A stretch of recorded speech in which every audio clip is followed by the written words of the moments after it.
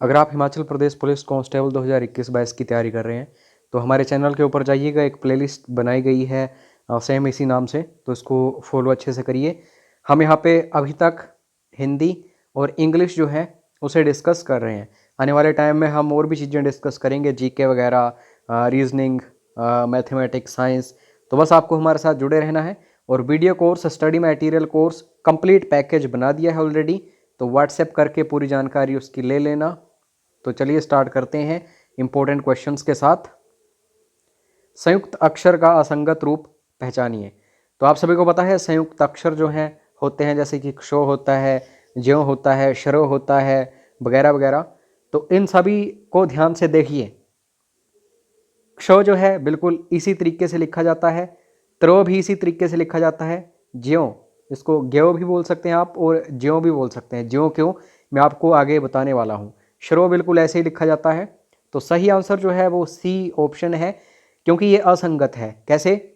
अगर ज्यों आपको लिखना है तो कैसे आप लिखोगे? जो आता है और इसके बाद क्या आता है? य, इस तरीके से। जो जो जो वर्ग है उसका पंचमा अक्षर जो है य, ऐसे लिखा जाता है। तो इनसे बनता है ये वाला ज्यों या फिर ग्यो, बिल्कुल ऐसे नहीं। तो सी ऑप्शन सही है। नेक्स्ट क्वेश्चन है, उच्चारण की प्रकृति व प्रयत्न के अनुसार हिंदी के एक ड़ हो गया और एक ढ़ व्यंजनों की सही संज्ञा किस क्रमांक में है? मतलब ये जो ड़ है और ढ़ है, इनको हम किस नाम से जानते हैं? तो इसको हम बोलते हैं दोस्तों उत्क्षिप्त। उत्क्षिप्त व्यंजन होते हैं ये। तो ये क्वेश्चन आ चुके हैं कई बार। तो यहाँ पे जो फोर्थ ऑप्शन है ये बिल्कुल सही होगा। बाकी अनुनासिक कौन से होते हैं, लुंठित कौन से हैं, पार्श्विक कौन से हैं, ये क्वेश्चंस भी काफ़ी बार बने हैं, तो इनको भी अच्छे से पढ़िए। अतिवृष्टि का विलोम शब्द है। अतिवृष्टि होती क्या है? वृष्टि होती है वर्षा।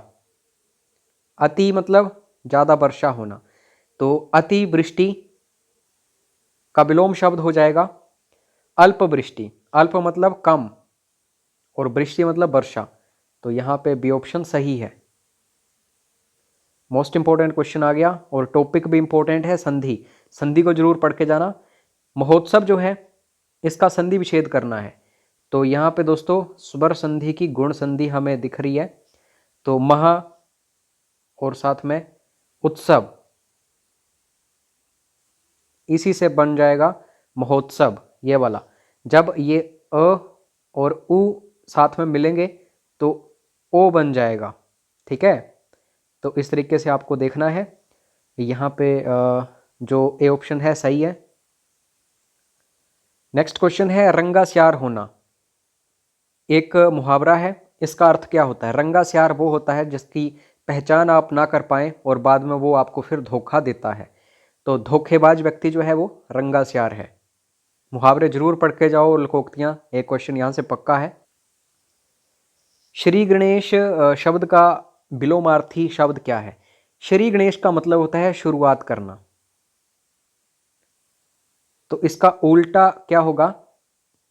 समाप्त करना किसी को, जो भी कार्यक्रम आपने शुरू किया है। तो इति श्री होगा, डी ऑप्शन सही है।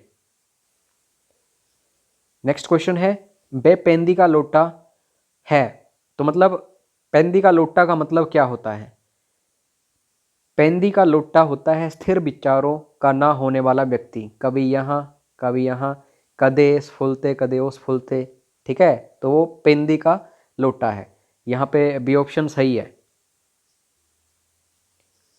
उपकार का विलोम शब्द हमें चुनना है।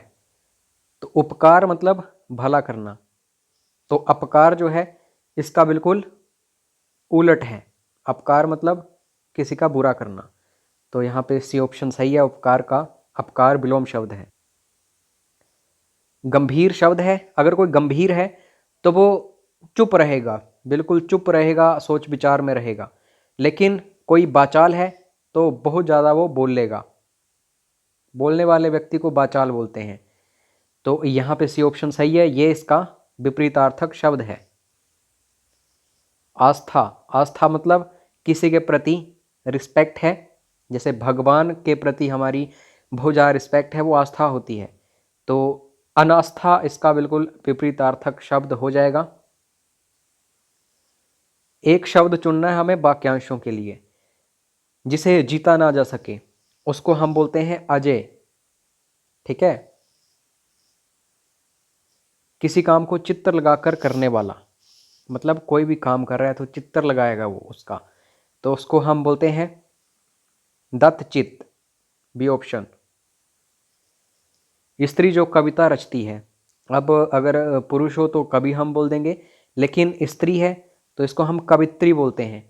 अब यहाँ पे कवित्री कैसे लिखा है बर्तनी जरूर देखिएगा, क्योंकि शुद्ध बर्तनी में ये बहुत बार क्वेश्चन बनता है। कवित्री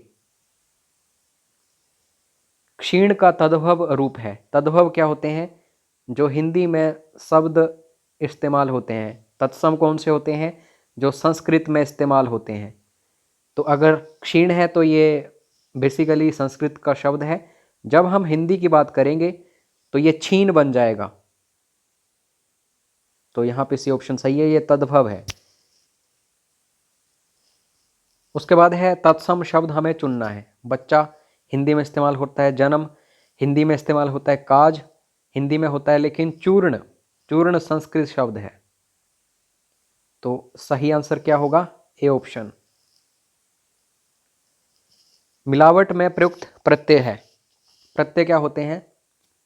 कोई एक मूल शब्द होता है और उसके साथ में अंत में कोई एक शब्द जुड़ता है और फिर उसकी थोड़ी प्रोनाउंसिएशन जो है, उच्चारण जो है उसको बदल देता है। तो मिलना यहाँ पे क्या है? मूल शब्द है और फिर इसके साथ लगाया गया है आवट प्रत्यय, फिर बन गई मिलावट, ये वाला। तो यहाँ पे सी ऑप्शन बिल्कुल सही है। यह आ गया मोस्ट इंपॉर्टेंट क्वेश्चन, सर्वनाम के कितने प्रकार हैं? तो कुल 6 प्रकार हैं।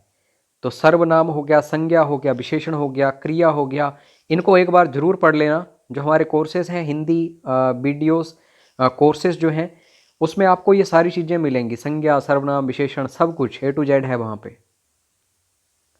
ब्रह्मास्त्र का सही संधि विच्छेद है, तो इसको आप बोल सकते हैं ये एक दीर्घ संधि है। तो ब्रह्म और अस्त्र, तो ब्रह्मास्त्र हम कैसे देखेंगे? पहले तो ब्रह्म आपको लिखना आना चाहिए। तो इसमें बो, बकरी वाला बो होता है और आधा होता है ये, फिर रो होता है और ह भी आधा होता है, ये ध्यान में रहे बात। और फिर मो होता है, ये बन गया ब्रह्म। और अस्त्र जो है ये तो आपको पता ही है, इसकी बर्तनी तो आपको कभी इसमें परेशानी नहीं हो सकती, अस्त्र। और जब हम ये जो यहाँ पे मो है इसको बाहर निकालेंगे और यहाँ पे है, जब इनको इकट्ठा करेंगे तो आ बन जाएगा। ये दीर्घ संधि जो है उसका नियम है स्वर संधि में। तो ब्रह्मास्त्र ऐसे बनेगा, ए ऑप्शन सही है। विद्यालय शब्द में कौन सी संधि है? तो विद्या, धन, आलय, ये भी स्वर संधि है, लेकिन स्वर संधि में कौन सी है? दीर्घ संधि है, क्योंकि यहाँ से हमने विद्या जो है इसको आप बाहर निकालो और आल्य का भी आ बाहर निकालो, तो आ यहाँ पे बना है विद्यालय, ये वाला। तो ये स्वर संधि की दीर्घ संधि है। सरल या साधारण वाक्य किसे कहते हैं? कोई भी वाक्य अगर सरल है तो उसमें क्या होता है? उसमें सिर्फ एक विधेय होता है और एक ही क्रिया होती है। तो ये चीज़ आपको मिल रही है डी ऑप्शन में, तो डी ऑप्शन सही है। मतलब एक ही बात होती है उसमें, ये नहीं कि आप ये भी कह दो, वो भी कह दो, वो भी कह दो, सिर्फ एक ही बात होगी उसमें, तो वो सरल या साधारण वाक्य होगा। तो इस तरीके से हमने 20 इंपॉर्टेंट क्वेश्चंस डिस्कस किए। PDF फाइल आपको इसकी व्हाट्सएप पर मिलेगी, एक बार मैसेज जरूर कर लेना। और कोर्सेज की जानकारी चाहिए हो तो वो भी आपको यहाँ पे जानकारी मिल जाएगी। जुड़े रहो आगे ऐसे ही इंपॉर्टेंट वीडियोस के लिए। जय हिंद, जय हिमाचल।